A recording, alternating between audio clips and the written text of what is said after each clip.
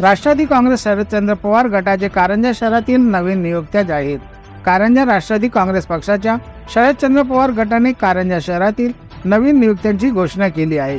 शहराध्यक्ष रऊफ खान मामू यांच्या हस्ते नव्या पदाधिकाऱ्यांना नियुक्तीपत्र प्रदान करण्यात आले।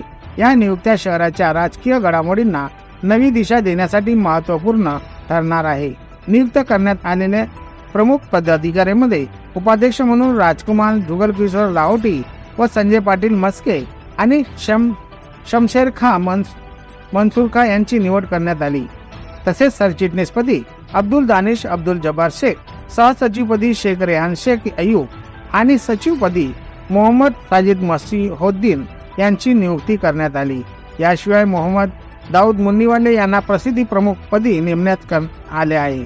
कारंजा सर्किट हाऊसमध्ये आयोजित करण्यात आलेल्या या कार्यक्रमात राष्ट्रवादी काँग्रेस शरदचंद्र पवार गटाचे अनेक मान्यवर उपस्थित होते। यामध्ये ज्योतिताई गणेशपुरे, माजी आमदार अनंतकुमार पाटील, जिल्हा परिषदेचे माजी अध्यक्ष अरविंद पाटील इंगोले यांचा समावेश होता। तसेच सामाजिक न्याय विभागाचे जिल्हाध्यक्ष डॉक्टर रमेश चंदनशिव, तालुका अध्यक्ष मनोज पाटील कानकिरट, तालुका खजिनदार विनय बापू देशमुख आणि जिल्हा उपाध्यक्ष लिंकेश बांडे आदी मान्यवरांनी या कार्यक्रमात सहभाग घेतला।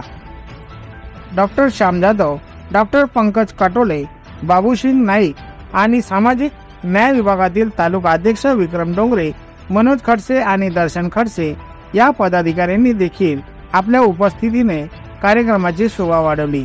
या कार्यक्रमाच्या माध्यमातून राष्ट्रवादी काँग्रेस शरदचंद्र पवार गटाने आपल्या पक्षाच्या नेतृत्वाखालील कारंजा शहराच्या राजकीय भूमिका बळकट करण्याचा मानस व्यक्त केला आहे।